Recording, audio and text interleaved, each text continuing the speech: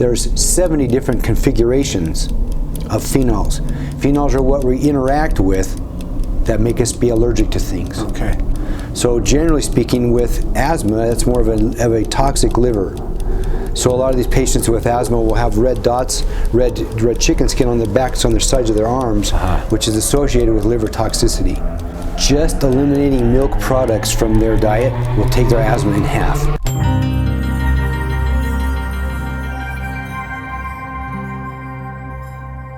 This is Salus Health Topics with Dr. Troy Giles.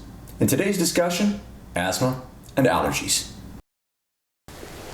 Okay, so we wanted to have a little bit of discussion about allergies and asthma, maybe kind of lay out a little bit about how these particular ailments can also be indicators or stepping stones to more serious problems or health issues, and what's at the root cause of these things and how we can go about dealing with them.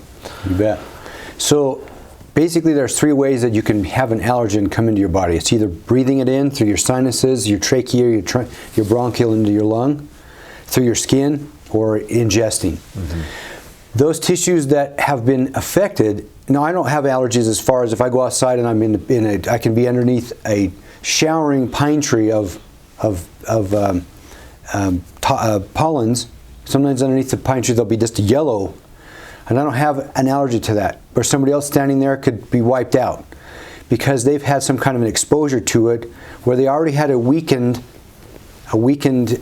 filter, if you will. The tissues in the sinuses, if they are irritated because they might have fungus or something that's already there, some kind of layer of infection that makes it already weakened and already inflamed, and now you get a pollen touching that area, you're going to have an allergic reaction.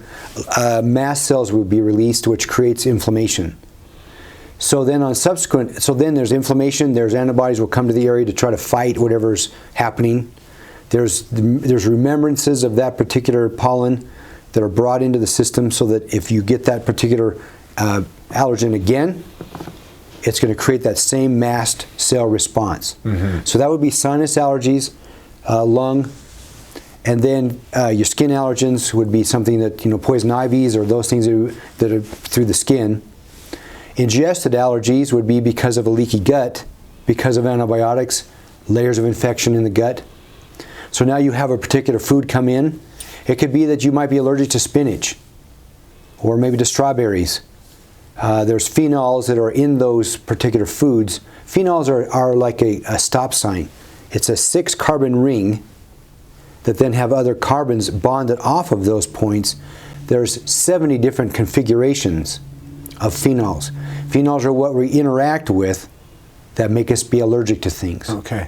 So what you're saying then, effectively, in order for someone from an external allergen, you have to have a predisposition or a already internal weakness in order for that allergen to essentially take effect. So I'm not going to have an effect of pollen because my microbiome or gut health is going to be good, whereas somebody else whose microbiome might be out, all of a sudden now they're sensitive to pollen, but pollen in itself might not be a problem for them either. Right.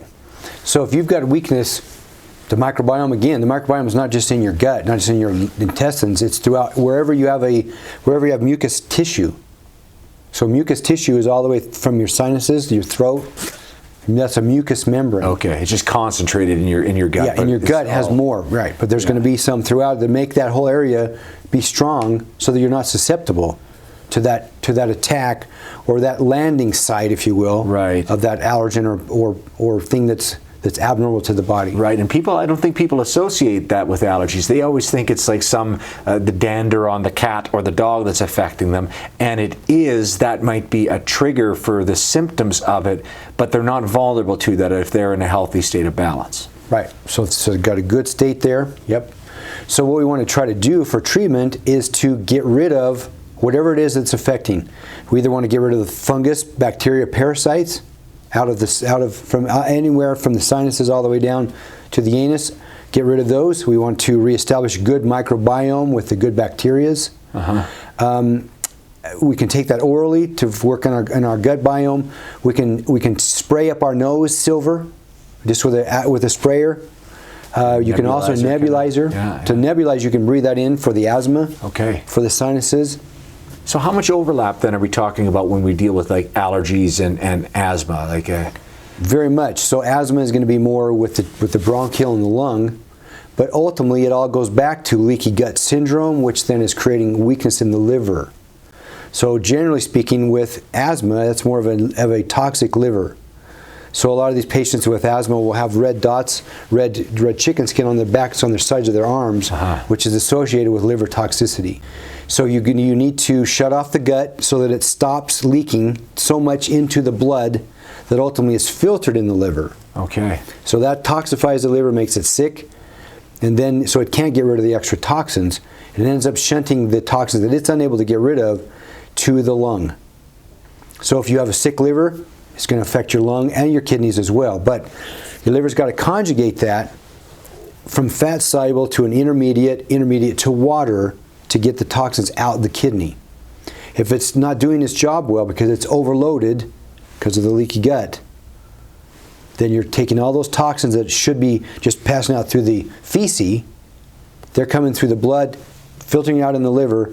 Liver gets toxic, sends it and shunts extra toxin up through and out through the lungs, which causes overall inflammation in the lung, and then you start to have more production of mucus, and now you've got asthma. And the typical, you can't breathe in okay, but you can't get it out as well. Yeah. So in your practice, have you noticed an overlapping that those people who have allergies are more prone to having asthma or vice versa? Vice versa, yep, you bet. Would it then be possible, from your understanding, to totally rid yourself of those external environmental allergies, or to take someone from, some level of condition of asthma and get them back into a place where they no longer have asthma? Just eliminating milk products from their diet will take their asthma in half.